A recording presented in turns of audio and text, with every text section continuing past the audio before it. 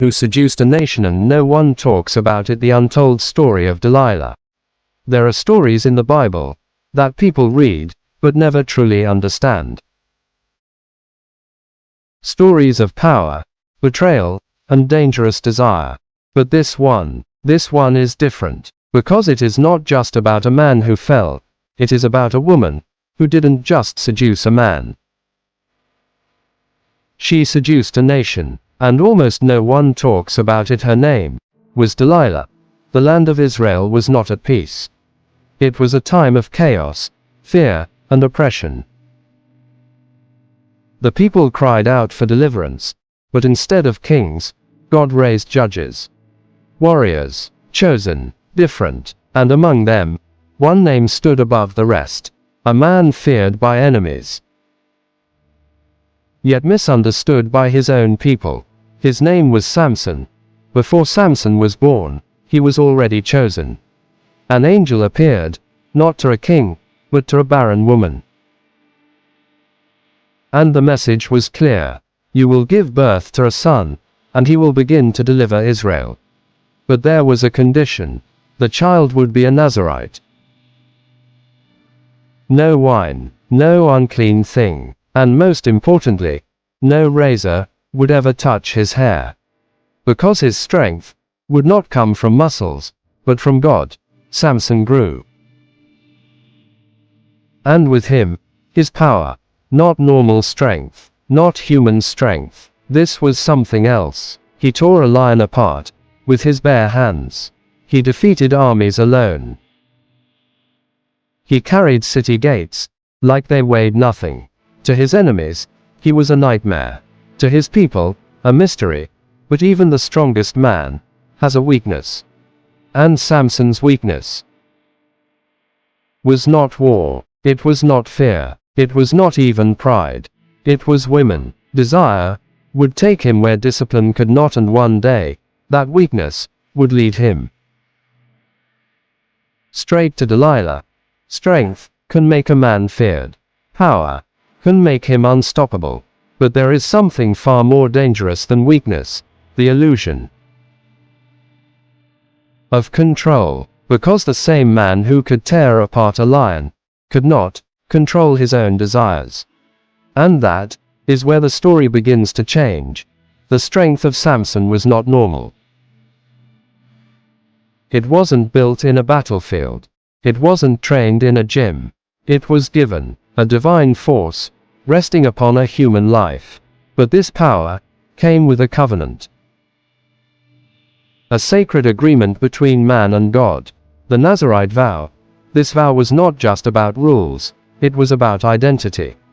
To be set apart, to be different, to belong completely to God. No wine, symbolizing self-control. No impurity, symbolizing holiness. And no razor touching the hair, because the hair became a visible sign of an invisible commitment. Samson's strength was never in his hair. His strength was in his obedience. The hair was just the symbol. But slowly, quietly, compromise began. Not all at once, not in one big decision, but in small steps, the kind of steps most people ignore. Samson desired what he was not supposed to touch. He walked into places he should have avoided. He entertained relationships that were never meant for him. And each time, nothing happened. No punishment, no loss of strength. So he continued. This is how deception works. Not through immediate destruction, but through delayed consequences. Samson began to believe something dangerous, that he could live however he wanted and still keep his power, that the rules didn't apply to him. He played with danger. He walked into enemy territory. He got closer and closer to the edge. And each time he survived, his confidence grew. But not the right kind of confidence. Not faith. Pride. The kind of pride that whispers, "You are different. Nothing can happen to you. You are in control." But control was already slipping away. And then, He saw her. Not just another woman, not just another desire. This time, it was different. Her name was Delilah. We are not told where she came from. We are not told who she truly was. And maybe, that is intentional. Because some of the most dangerous people in your life don't arrive with warnings. They arrive, looking exactly like what you've been wanting. To Samson, she was beauty. To his enemies, she was an opportunity. And to history, she would become the woman who brought a giant to his knees. But the question is, was it really her? Or had Samson already begun to fall, long before he met her? Not every battle is fought with swords. Some are fought with silence, with attention, with desire, and sometimes, the most dangerous weapon is a person. When Samson saw her, something shifted. This wasn't like before. This wasn't just attraction. It was deeper, stronger, almost hypnotic. The scriptures do not describe her beauty in detail. And maybe that's because her power was not just in how she looked. It was in how she made him feel. Seen, desired, understood. Her name was Delilah. Who was she? The Bible is strangely silent. No background, no family, no history. And sometimes, silence speaks louder than words. Some believe she was a Philistine. Others believe she was something more calculated. Because powerful men do not fall by accident. They are studied, watched, understood, and then approached. Delilah knew exactly what she was doing. Or perhaps, she was chosen. While Samson saw love, his enemies saw an opening. The rulers of the Philistines had tried everything. Armies failed, weapons failed. Strength could not defeat him. So they changed strategy. If you cannot defeat a man physically, you destroy him emotionally. And for that, they needed someone close. Someone he trusted. Someone like Delilah. They came to her quietly, not with threats, but with something far more persuasive. Wealth, silver, power. Find the source of his strength, and we will reward you. In that moment, the story changes. Because now, this is no longer romance. This is a mission. From that moment on, every smile had meaning. Every word had intention. Every touch carried a question. And Samson, he had no idea. He believed he was in control. He believed this was love. But what he didn't realize was that he was slowly being studied. Piece by piece, emotion by emotion, weakness by weakness. And the most dangerous part, he was helping her do it, because when a man feels safe, he begins to reveal himself. And Delilah was listening, waiting for the one secret that could destroy everything. Not all betrayals happen in a moment. Some are built slowly, through questions, through emotions, through trust. Because the easiest way to break a man is not by force. It is by making him open the door himself. Quote. Just a question, soft, curious, harmless, or so it seemed. Samson smiled. He didn't feel threatened. He didn't sense danger. Instead, he played along. If I am bound with fresh bowstrings, I will become weak. A lie, but not just any lie. A test, a game. That night, while Samson slept, Delilah moved quietly. She took fresh bowstrings and bound him. Then she called out, "Samson, the Philistines are upon you." In an instant, he snapped the strings like thread. The trap failed. And yet, something more important had happened. The game had begun. Delilah didn't react with anger. She didn't reveal the truth. Instead, she changed tactics. You have mocked me. You have lied to me. Her voice wasn't threatening, it was hurt, disappointed, and this is where the real manipulation begins. Because guilt is more powerful than force. Samson laughed it off. He still believed he was in control. So he gave her another answer. Bind me with new ropes. Again, a lie, and again, she waited. And again, she acted. The ropes were placed. The ambush prepared. Samson, the Philistines are upon you. And again, he broke free. Strong, unstoppable, but something was changing, not in his body, in his mind. Each time she asked, the question got closer. Each time he answered, the truth got nearer. And each time he escaped, his confidence grew. But so did her understanding. She was learning him, mapping him, studying every reaction. And Samson, he was getting comfortable, too comfortable, because when danger becomes familiar, it no longer feels like danger.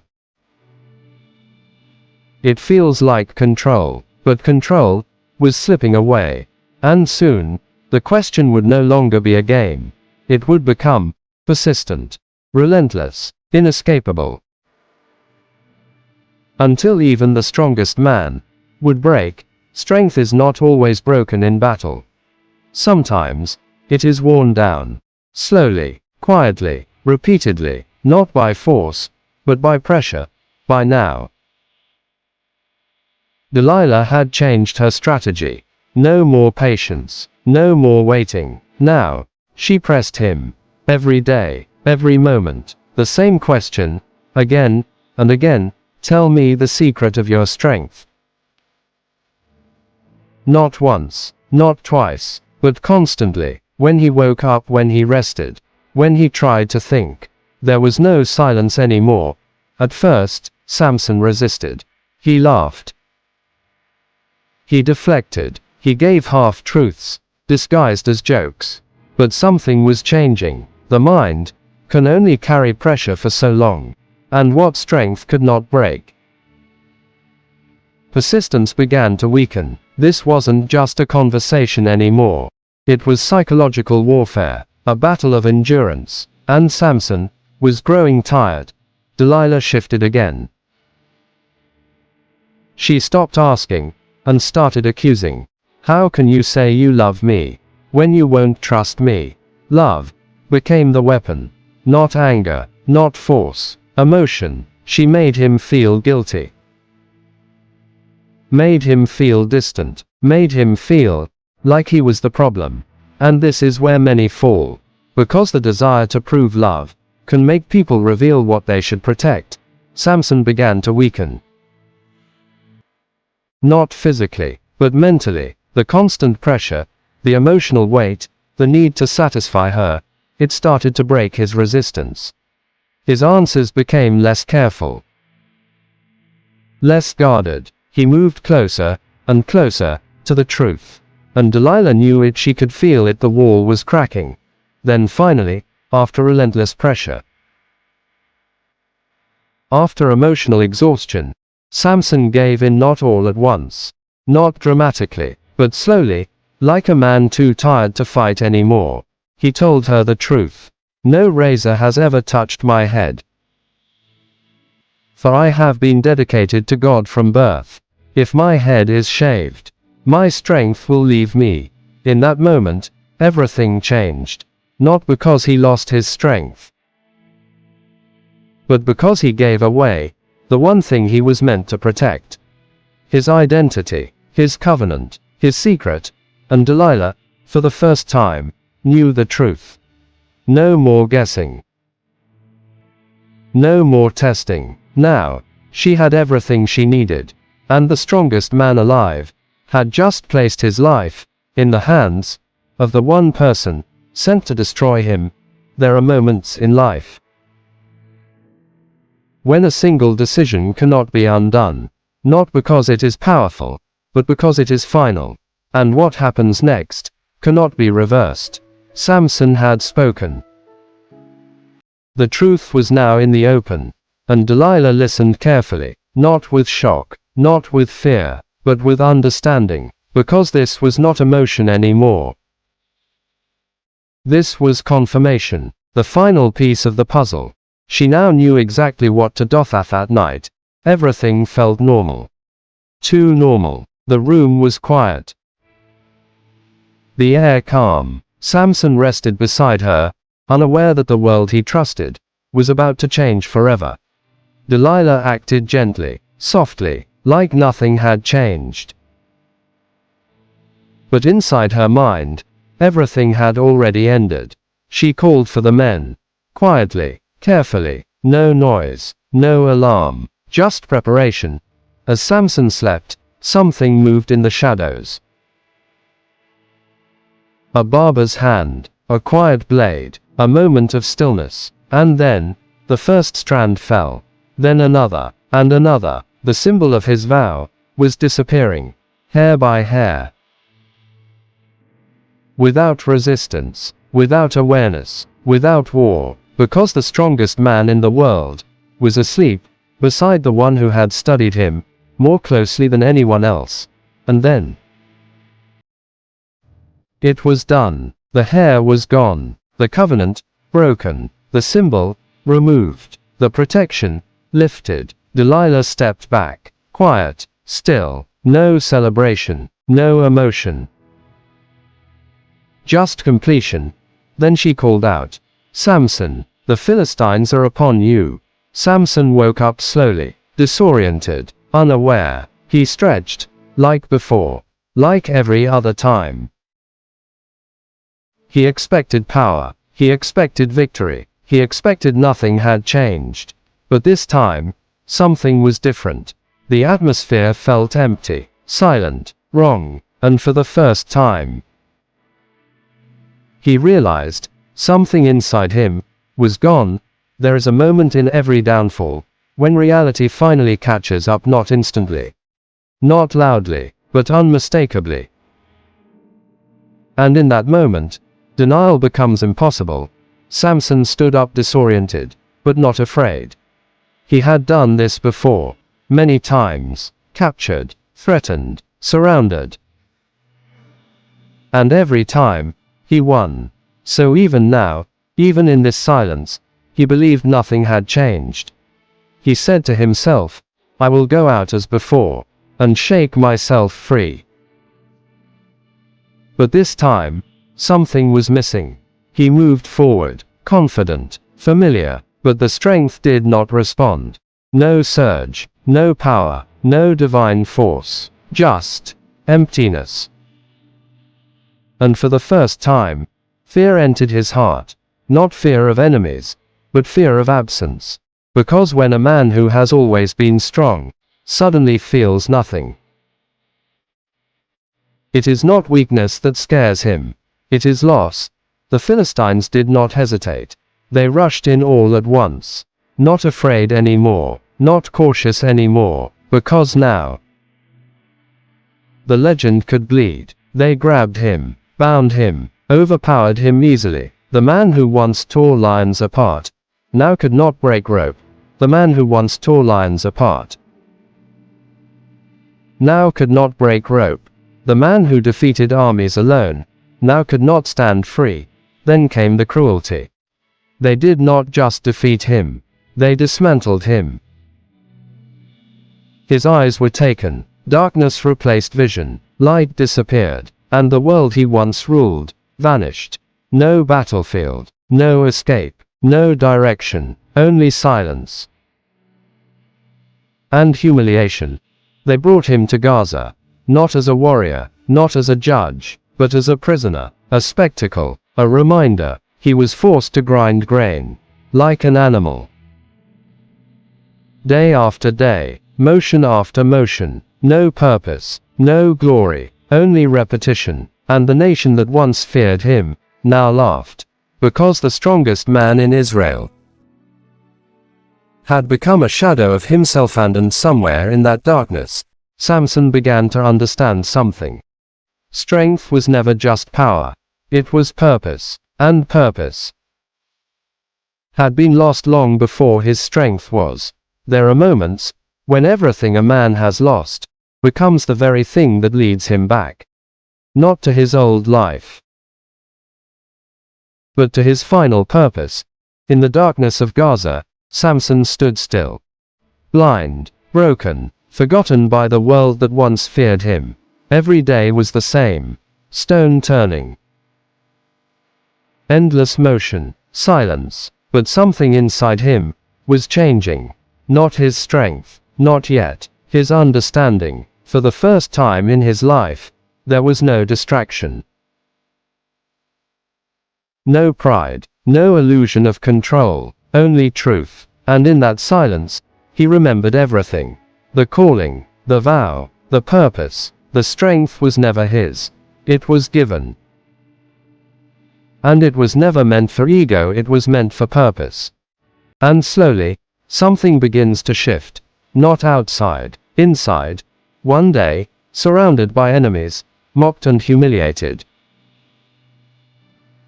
Samson lifted his head and prayed, not for revenge, not for escape, not for restoration, but for purpose. Oh God, remember me, strengthen me, just this once, so I may fulfill my mission. And in that moment, something unseen stirred. His hair had grown again. Slowly, quietly, but this time, it was not the hair that mattered. It was surrender. And with one final moment of clarity, strength returned. He was led into the temple. The enemies gathered, thousands watching, laughing, celebrating. They placed him between the pillars. A final humiliation, a final joke, but they did not understand. This was not the end of Samson's story. This was the end of illusion. He pressed. He pushed. The pillars trembled. The structure shook, dust fell, chaos rose, and in one final act, the temple collapsed. On leaders, on enemies, on pride, and on Samson himself. And so, the man who was once feared, died with his enemies. Not as a legend, not as a prisoner, but as a reminder. Strength without purpose becomes destruction, but surrender can become redemption. And even in failure, a life can still fulfill its calling. And the story of Samson does not end with defeat, but with a warning that echoes through time. What is strength without wisdom?